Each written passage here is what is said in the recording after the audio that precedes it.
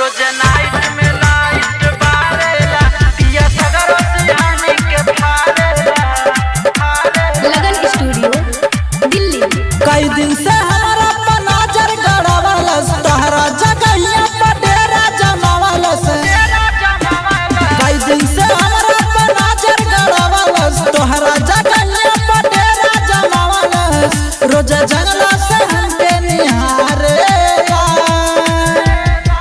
हरे देवरा के बिगड़ल आदतिया सुतल चाहे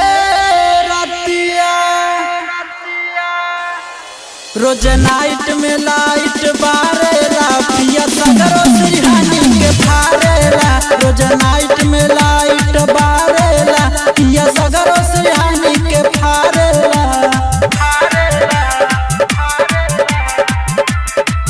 पिया सगरो सिहानी के फारेला।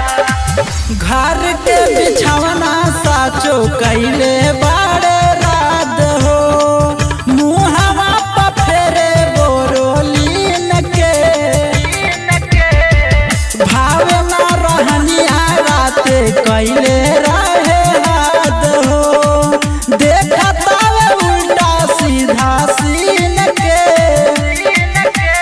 रहेला घर में जाला न बहरी कहेला हमरा के अमवा दशहरी ने बुनियन जो बना गारेला।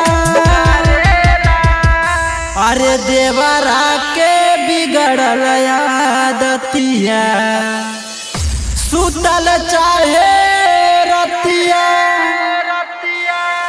रोज नाइट में लाइट बारेला पिया सगरो सिहानी के फारेला। रोज नाइट में लाइट बारेला पिया सगरो सिहानी के फारेला।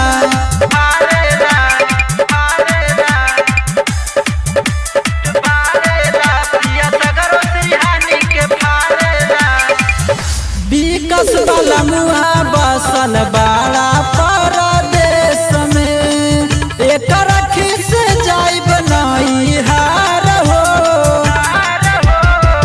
बात का बताई जिया तानी हम कलेस में कब कर दिन दोपहर हो मानस मधुरिया के धैले बहिया प्रदीप राज बोलाई बात कहिया रही रही के जीवसैया जारेला।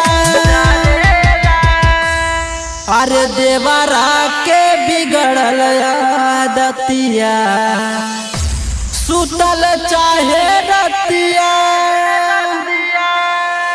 रोज नाइट में लाइट बारेला पिया सगरो सिहानी के फारेला। रोज नाइट में लाइट बारेला पिया सगरो सिहानी के फारेला। कई दिन से हमारा नजर गड़ावलस तहरा जगहिया पर डेरा जमावलस। कई दिन से हमारा नजर गड़ावलस तोहरा जगहिया पर डेरा जमावलस।